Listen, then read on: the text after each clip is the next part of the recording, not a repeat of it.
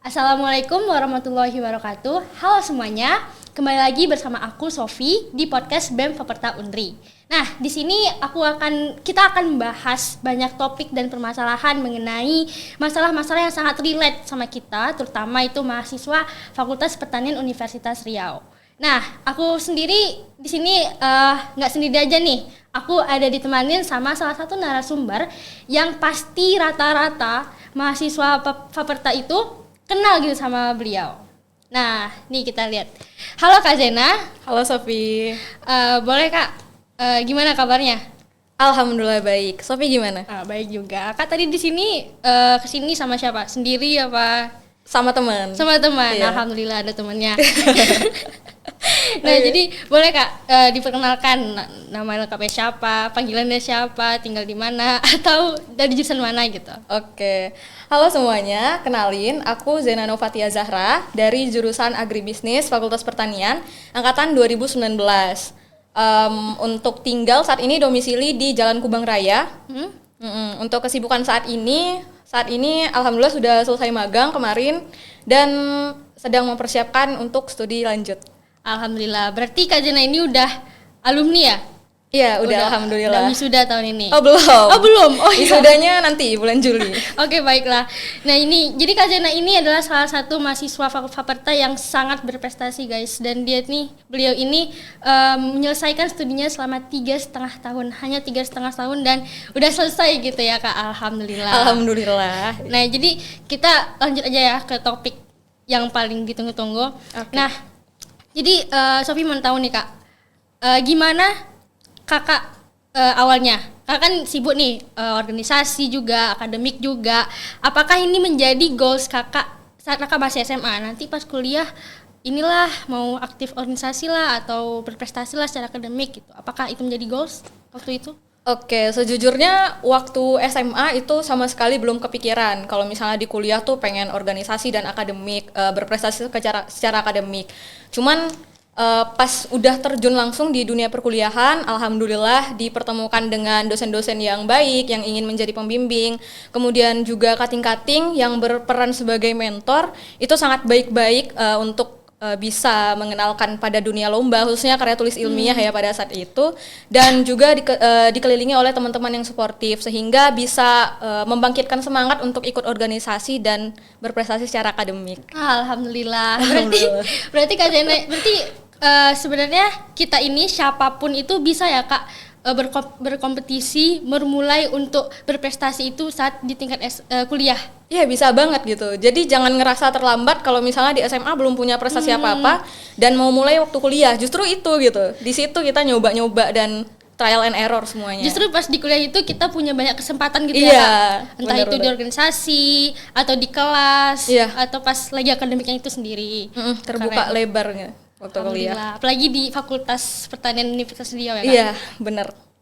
Nah kan kakak udah di CV nih, tadi Sofi lihat kakak itu beasiswa dapat juga, lalu kakak juga organisasi banyak, mengetuai beberapa organisasi, lalu juga kakak mempunyai banyak achievement atau penghargaan gitu, perlombaan. Nah gimana cara kakak untuk membagi itu semua? Kan kita nggak bisa munafik juga kak, pasti waktu itu menurut kita sedikit gitu, gimana cara kakak membagi waktunya? Oke, nggak bisa dipungkiri juga kalau misalnya semua itu dikerjakan dalam waktu yang bersamaan, itu pasti nguras energi dan bikin chaos gitu ya. Iya. Di mana harus organisasi, terus jadi kadif dan segala macam gitu kan. Terus harus juga ngejar prestasi gitu kan, ikut lomba sana sini, belum lagi tugas kuliah, laporan praktikum khususnya di Faperta ya kan. lahan ya, harus menanam gitu. Jadi yang kakak percaya, kita semua dikasih waktu itu sama Allah, 24 jam satu hari, di mana kita harus bisa manfaatin itu tuh dengan sebaik-baiknya gitu. Jadi mungkin kuncinya di sini itu manajemen waktu aja gitu. Manajemen waktu. Nah, kan kita ngomongin masalah manajemen waktu. Apakah ada strateginya gitu, Kak? Oke, untuk strategi manajemen waktu sendiri, di kakak itu bisa dengan membuat to-do list setiap harinya. Terus bisa juga menggunakan tools atau aplikasi yang sekarang tuh sedang banyak gitu ya. Kayak Google Calendar, terus juga ada Notion ya kan? Ya benar. Bisa juga pakai reminder yang emang ada di HP atau Android-nya masing-masing. Jadi sebenarnya bagaimana cara kita untuk bisa menggunakan kesempatan tersebut ya Kak? Iya benar. Memaksimalkan semua potensi yang bener. ada gitu. Karena udah ada gitu, tinggal di-download, Iya. tinggal dilakukan. Tinggal gitu. dilakukan, Benar. intinya dilakukan. Niat aja gitu. Niat aja nggak cukup sih. Oh, ini harus juga. sampai actionnya gitu. Kakak udah banyak nih terjun di organisasi. Terus pasti Kakak nemuin passion. Wah, kayaknya aku nih cocok lah di sini. Kayaknya aku cocok jadi ketua atau aku cocok di sekretaris gitu. Gimana cara Kakak menemukan passion tersebut? Oke, gimana cara nemuin passion? Sebenarnya itu semua harus dicoba. Tapi nggak semerta-merta kayak ya udah coba semua gitu ya.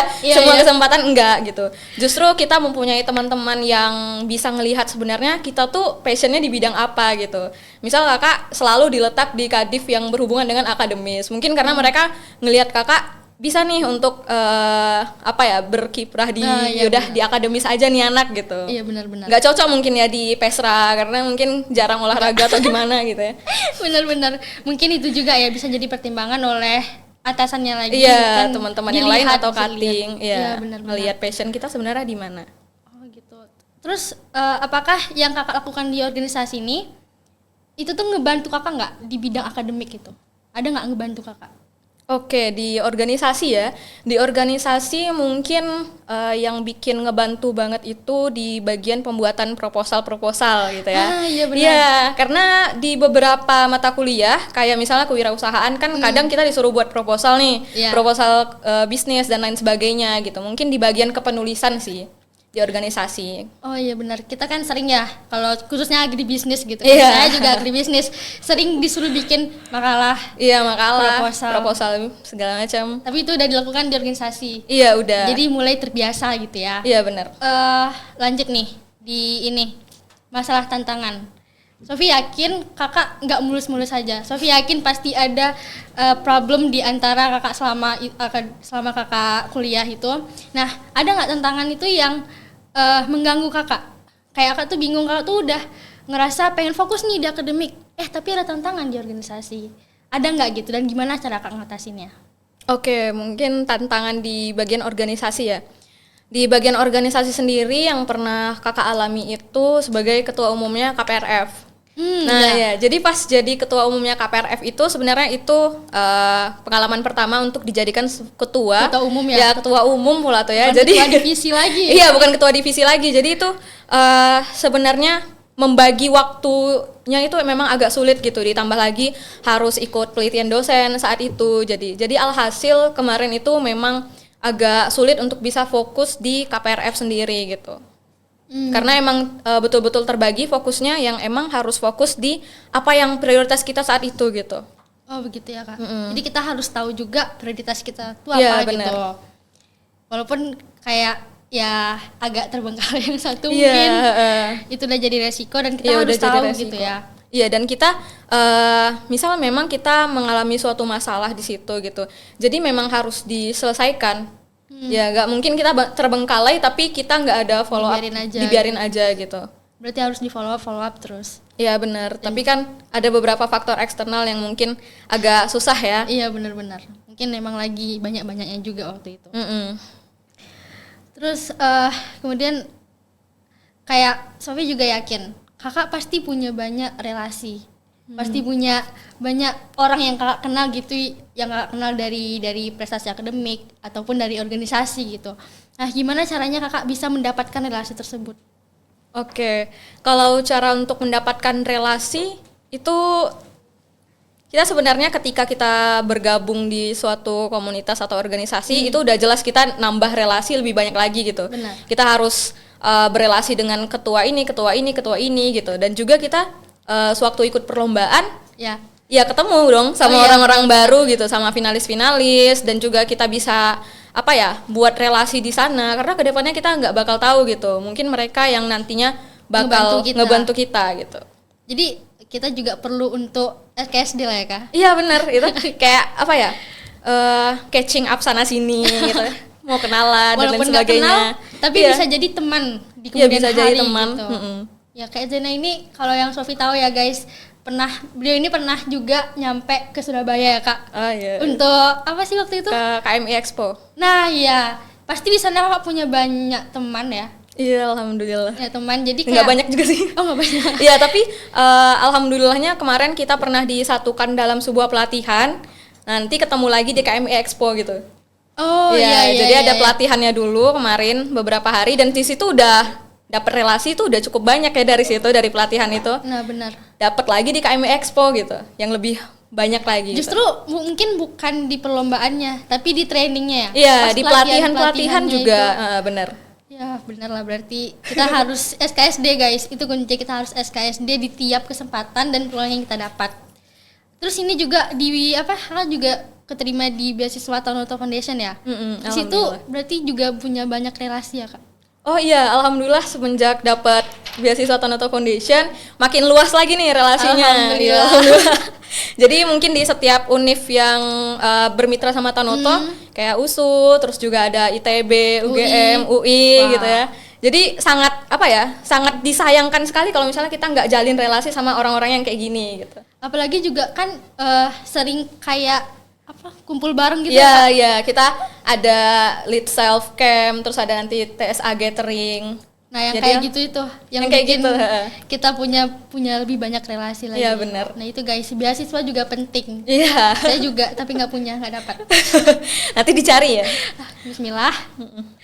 Terus juga itu tadi ya Kak. Yang penting intinya tuh kita harus pandai berbaur aja ya dengan orang-orang. Terbuka. Dan juga itu juga bisa membantu kita berpikir secara kritis. Iya, benar. Karena waktu kita ketemu sama orang-orang yang di luar sana, kita bakal ngerasa ternyata setertinggal itu ya gitu. Maksudnya kayak ternyata mereka tuh lebih punya banyak chance, ternyata mereka tuh tahu ini dan itu gitu. Jadi dengan kita kenal dengan mereka, kita juga dapat informasi, terus juga dapat semuanya lah gitu. Ya, yang kita nggak sadarin akhirnya terbuka di situ. Oh ternyata harus kayak gini ya. Oh ternyata kayak gitu ya di luar sana gitu. Jadi kayak jangan jadi katak dalam tempurung gitu. Mungkin juga ini mau saya tambahkan juga nggak bisa dipungkirin kalau kita ini dari Sumatera. Iya. Dan mungkin ini beneran kayak akademiknya bisa lebih tertinggal dari yang di Jawa. Mungkin bukan di akademiknya ya, lebih ke semangat dan juga kesempatan yang lebih terbuka di sana gitu. Ya, nah mungkin dengan cara kita berbaur dengan mereka, kita juga tahu kesempatan itu. Iya benar. Kita lebih tahu peluang itu. Tahu peluang, tahu informasi itu lebih luas gitu. Nah, jadi itu. Koneksi dan komunikasi guys itu yang terpenting. Bener. Mencarilah teman sebanyak-banyaknya. Carilah koneksi sih. Koneksi, relasi. Ya. Carilah koneksi sebanyak-banyak ya. Terus juga kan kita udah cerita tadi ini banyak banget kan Kak Zena ini ada aktif di sini lah, di beasiswa, di organisasi, di akademik. Pasti pernah kakak tuh ngerasa burnout. Iya pasti.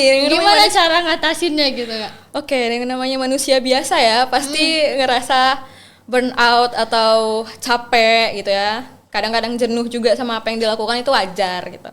Cuman cara ngatasinnya gimana ya take a break dari kegiatan itu gitu. Tapi jangan lama-lama gitu. Kita kasih waktu, nanti kita istirahat deh. Istirahatnya tuh mau ngapain?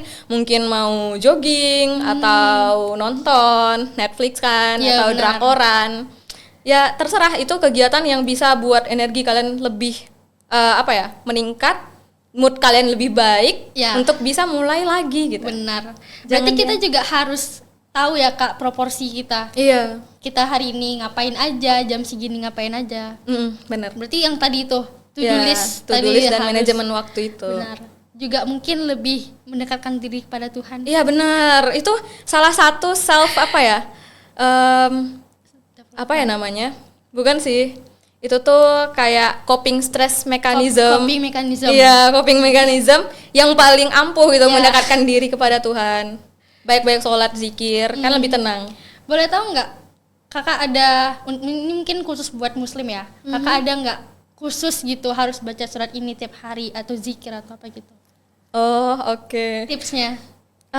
Yang kakak lakuin aja ya. Ya boleh nggak apa? Mungkin kalau kakak itu baca surat Al-Waqiah, ya surat Al-Waqiah itu memang pembuka rezeki sekali ya. Iya. Terus juga ayat 1000 dinar, mungkin itu sih. Oh ayat 1000 dinar? Untuk apa tuh Kak? Ya ayat 1000 dinar sama Al-Waqiah, ya pembuka rezeki, kemudahan sih. Dan juga satu, jangan lupa minta restu orang tua tuh tiap mau ngapain aja. Oh iya. Mau tes TOEFL, mau tes apa segala macam, mau kompre, itu tuh wajib minta restu orang tua karena kayak gitu. Didoain ya Iya, gitu. benar-benar. Karena doa orang tua tuh mujarab kali, langsung nembus gitu. Kan jalur langit ya. Iya, jalur langit tuh nggak ada Orang tua obat. paling tinggi nih baru. Iya, orang tua tuh paling tinggi. Baru 10.000 dinar. Iya. Oke, kemudian bisa jadi juga kayak ini ya Kak, tidur juga. Oke, maksudnya tidur? Tidur maksudnya tuh waktu tidur. Oh, Di ituin. oke, kalau misalnya sewaktu kita jadi mahasiswa, kita nggak bisa mungkiri ya kalau kita sering bergadang dalam beberapa hal. Misal kita dikejar deadline buat ini, buat itu, ya kita bergadang. Tapi bergadang itu memang ada tujuannya, bukan scroll TikTok ya. Iya. Ya begadang tuh emang buat proposal atau mau siapin presentasi gitu-gitu segala macam boleh. Jangan sering juga. Oh, berarti juga kita harus menyesuaikan waktu tidur kita Iya. ya Kak. Kakak pernah nggak kayak ngerasain gitu? Ini kita masih ngebahas ya soal akademik dan organisasi. Oke. Pernah nggak ngerasa kayak, kayaknya organisasi ini ngetuntut banget deh. Terus kayak akademik itu jadi ketinggalan gitu. Pernah nggak ngerasa kayak gitu? Itu gimana cara ngatasinnya? Oke, mungkin kalau misalnya dibilang organisasi menuntut itu lebih ke apa ya? Kita punya tanggung jawab tentunya untuk menyelesaikan proker-proker yang memang itu tanggung jawab dari divisi kita, contoh gitu kan. Tapi di sisi lain kita nggak bisa denial juga kalau misalnya akademik itu juga nomor satu sebenarnya. Akademik itu nomor satu dan yang lain-lain itu dikesekiankan karena emang tanggung jawab kita sebagai mahasiswa itu kan belajar. Iya. Nah, tapi di sini yang ditekankan ialah gimana caranya tadi itu time priority dan juga manajemen waktu gitu. Kalau misalnya kita tahu nih kalau akademik kita tuh sebenarnya berperan lebih penting gitu. Mungkin lebih di akademik dulu yang diprioritaskan tapi nggak meninggalkan tanggung jawab yang ada di organisasi gitu. Jadi memang harus dibilang harus balance ya, kita emang capek gitu ya. Cuman ya mau gimana lagi, itu kan pilihan hidup kita selama kita kuliah gitu ya. Iya benar. Ya udah dijalanin aja gitu. Jadi kita harus tahu prioritas yang Prioritas paling penting. yang paling penting. Dan berarti bisa jadi juga dengan prioritas ini kita harus menolak beberapa tawaran gitu. Iya benar. Gitu, Kak? Iya pernah dong. Iya. Pernah. Oh. Berarti nggak semua tawaran gitu yang Kakak ambil. Oh enggak, ntar bisa gila. Maksudnya kita tahu kapasitas kita di mana gitu. Jadi jangan gara-gara FOMO, aku FOMO. FOMO benar. Iya aku FOMO Penyakit nih. sekarang ya. Penyakit sekarang FOMO gitu. Jadi ya pandai-pandai aja menilai diri. Kalau misalnya masih sanggup, oke, ambil. Kalau misalnya udah nggak sanggup dan lebih prioritaskan yang ini, ya udah ditolak aja. Gitu. Nah itu guys, selain SKSD buat cari teman, kita jangan FOMO. Jangan FOMO ya, bener. Fear of missing out. Artinya tuh ya jangan semuanya gitu dirasain. Mau diambil. Ya jangan diambil. Jangan merasa ketinggalan. Semua orang punya pace-nya masing-masing, punya jalannya masing-masing. Porsinya masing-masing. Benar. Nah karena Kak udah lulus nih ya. Kakak tadi bilang Kakak tuh magang, selesai magang. Ada nggak kegunaan dari Kakak ngelakuin organisasi itu berguna untuk di pas magang? Oke, pastinya berguna. Apa? Contohnya tuh? Ya contohnya ya, kalau misalnya kita waktu magang, itu pasti kita harus mendekatkan diri sama orang-orang yang sebelumnya kita nggak kenal. Iya. Ya harus pandai-pandai untuk untuk mendekatkan diri sama orang baru, terus juga harus bisa belajar hal-hal baru, dimana itu semua dilatih waktu masih di organisasi gitu. Karena kan kita sebelumnya kita nggak kenal satu sama lain nih. Iya benar. Ya kita harus pandai-pandai untuk melihat orang ini seperti apa dan juga melakukan pendekatan ke orang ini dan juga kayak tadi buat laporan. Buat laporan itu kan nanti kita ada laporan magang dan presentasi, khususnya public speaking ya. Oh iya, terpakai kali di sini. Oh, berarti kita emang kayak ngomong tuh sangat diperlukan.